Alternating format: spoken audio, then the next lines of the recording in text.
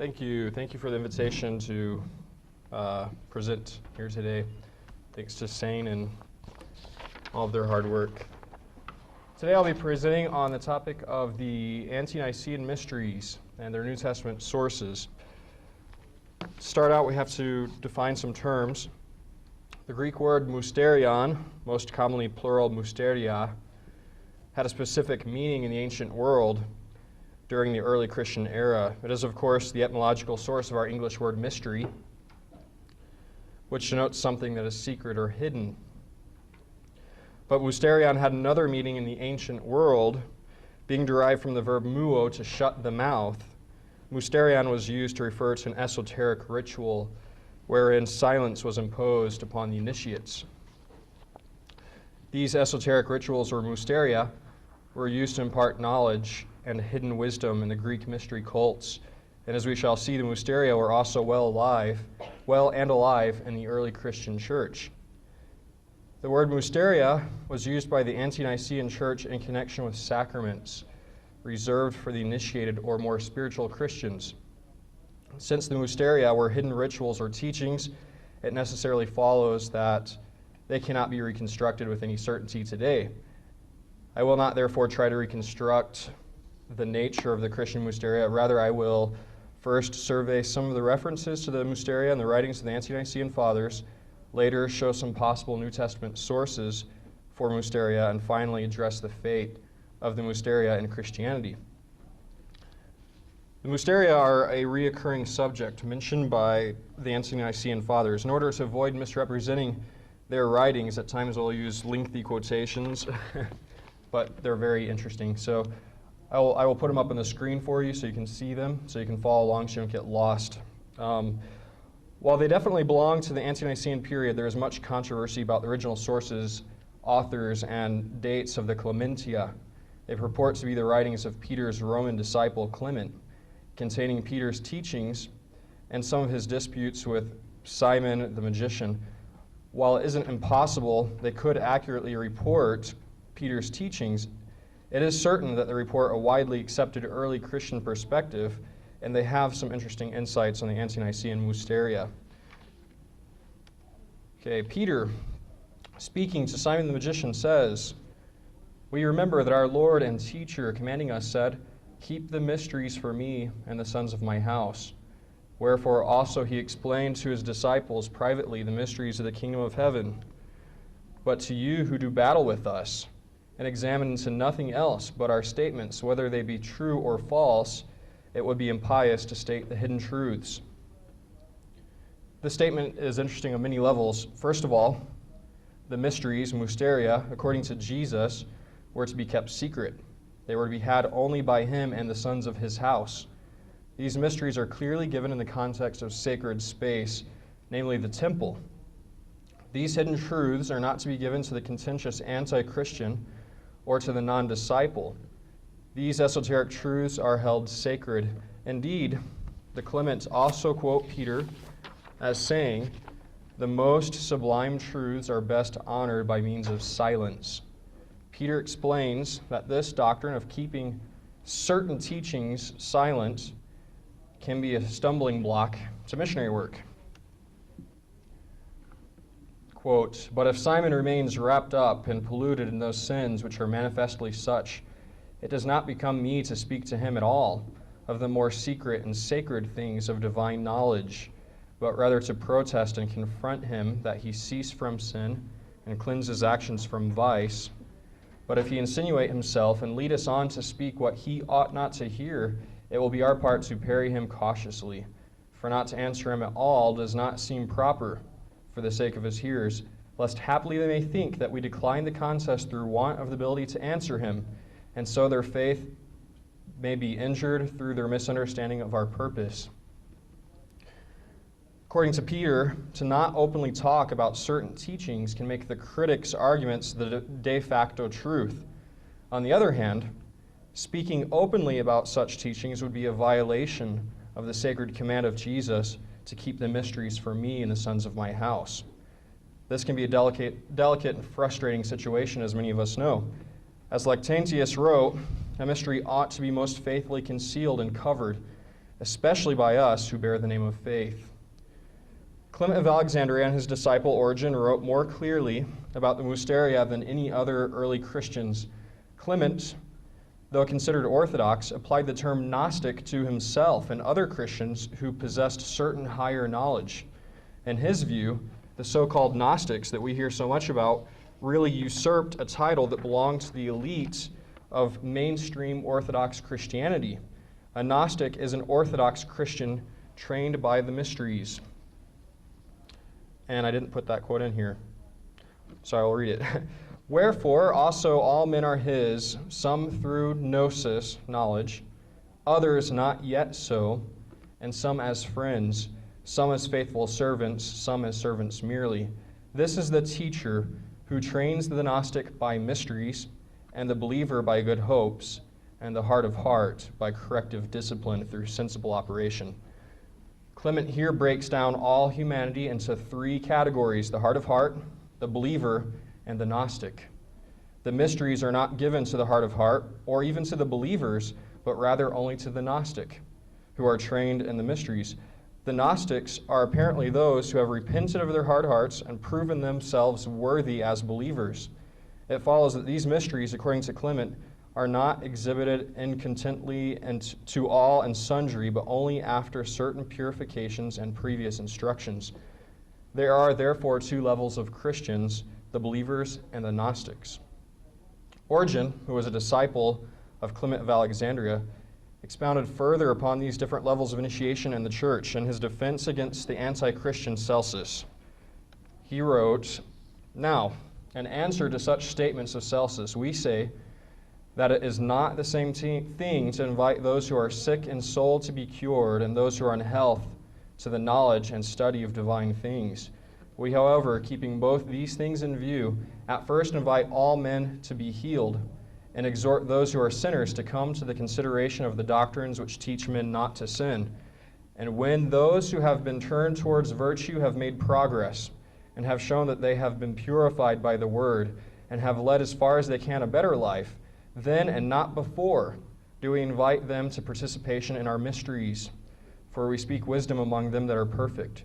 Whoever is pure, not only from all defilement, but from what are regarded as lesser transgressions, let him be boldly initiated into the mysteries of Jesus, which properly are made known only to the holy and the pure. He who acts as initiator according to the precepts of Jesus will say to those who have been purified in heart, he whose soul has for a long time been conscious of no evil, and especially since he yielded himself to the healing of the word, let such an one hear the doctrines which were spoken in private by Jesus to his genuine disciples. Celsus does not know the difference between inviting the wicked to be healed and initiating those already purified into the sacred mysteries. Not to participation in mysteries, then, and to fellowship in the wisdom hidden in a mystery, which God ordained before the world to the glory of his saints, do we invite the wicked man, and the thief, and the housebreaker, and the poisoner, and the committer of sacrilege, and the plunderer of the dead, and all those others whom Celsus may enumerate in his exaggerated style, but such as these we invite to be healed. God the Word was sent, indeed, as a physician to sinners, but as a teacher of divine mysteries to those who are already pure and who sin no more."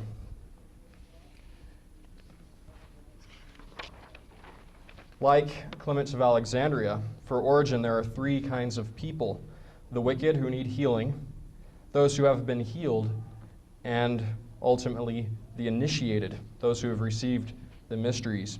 I should also note here that the above writing of Origen contains several references to 1 Corinthians chapter 2, which we will take a closer look at in a little bit. Ignatius of Antioch, while on his way to Rome for martyrdom, wrote to the Romans that he knew of heavenly things that he could not impart to them for fear of harming them by knowledge they were not ready for. He apparently took this knowledge with him to the grave. "I am able to write to you of heavenly things, but I fear lest I should do you an injury. For I am cautious lest ye should not be able to receive such knowledge and should be perplexed. For even I, not because I am in bonds, and am able to know heavenly things, and the places of angels, and the stations of the powers that are seen and that are not seen, and on this account a disciple, for I am far short of the perfection which is worthy of God. One thing is perfectly clear.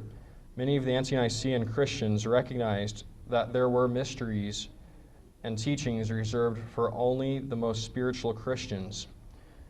Now we must turn our attention to identifying the source of these mysteries. As noted previously, the Clementia clearly identify the source of the mysteries as being Jesus himself. Quote, Jesus explained to his disciples privately the mysteries of the kingdom of heaven, close quote. Origen also maintained that, quote, God the Word was sent indeed as a physician to sinners, but as a teacher of divine mysteries to those who are already pure and who sin no more, close quote. Clement of Alexandria, as quoted by Eusebius, identified the resurrected Jesus himself as the original source of the gnosis imparting mysteria. The Lord, after his resurrection, imparted knowledge, gnosis, to James the Just and to John and Peter, and they imparted it to the rest of the apostles, and the rest of the apostles to the 70, of whom Barnabas was one. Could this be what Luke referred to in the Acts of the Apostles, where he said, after his suffering, Christ showed himself to the apostles whom he had chosen, and gave them many indisputable proofs that he was alive. He was seen by them for 40 days, and spoke about the things pertaining to the kingdom of God. Here, and perhaps the most significant teaching of Jesus, there is no record of what he said. It seems incredible that Christ's post-resurrection teaching would be so quickly passed over by one of the authors of the Gospels, who was so meticulous in reporting every detail, unless some things are simply too sacred to commit to writing, the mysteria and the gnosis. It may be that these things are the things that the mortal Jesus said his disciples could not yet bear, but that they needed to understand, in John 16, verse 12. Shortly before he died, by the way. In his night encounter with Nicodemus, Jesus taught that a man must be born of water and of the Spirit in order to enter the kingdom of heaven. Early Christians almost universally understood this refers to the most basic Christian sacrament of baptism. It is interesting, therefore, that Jesus, after teaching about baptism to Nicodemus, would upbraid him, saying, if I have told you of earthly things and you do not believe me, how are you going to believe if I tell you about heavenly things? If you refer to baptism and being born again as earthly things, what are these heavenly things? Is this what Ignatius had in mind when he told the baptized Romans they were not ready for the heavenly things which he knew? Clearly, the heavenly things were not given to all baptized Christians. Paul refers to the esoteric tradition in his first epistle to the Corinthians. After upbraiding the proud Corinthians for their contention and divisions, he frankly states that he came not declaring unto you the mysterion, the mystery of God, with eloquence or wisdom. Rather, he determined to know not anything among you but Jesus Christ and him crucified. This is chapter 2, 1 Corinthians. He continues, however, we do speak wisdom among the teleos. Interesting word, teleos.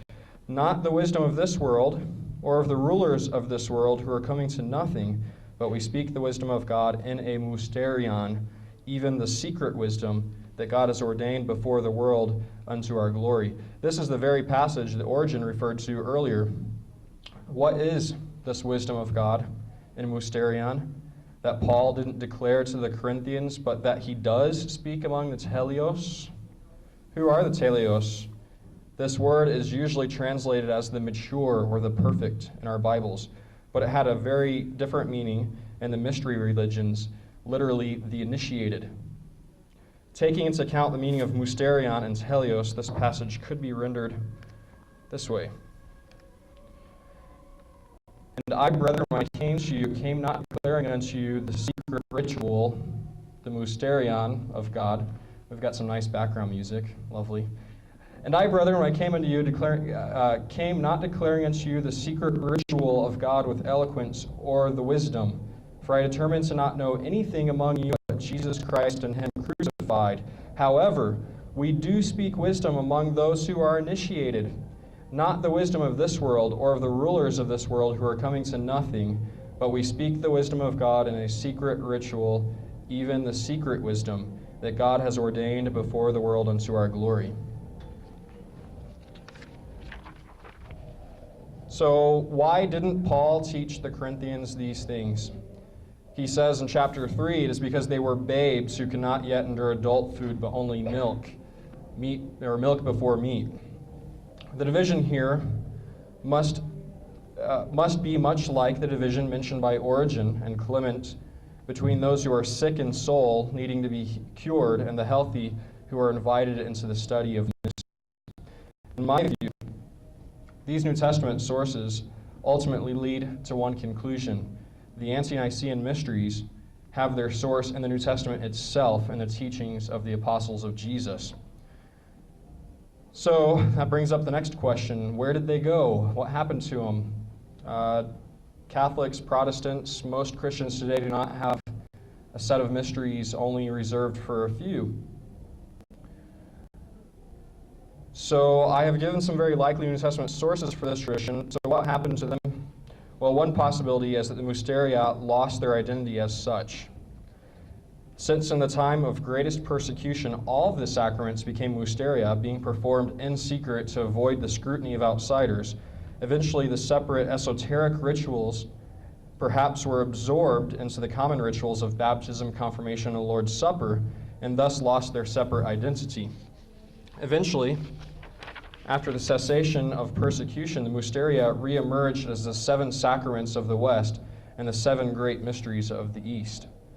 Another possibility lies with the fight of the early church fathers against the different Gnostic sects. In her campaigning against these heretical groups, the church may have abandoned the esoteric traditions altogether in order to clearly distinguish orthodoxy from heterodoxy.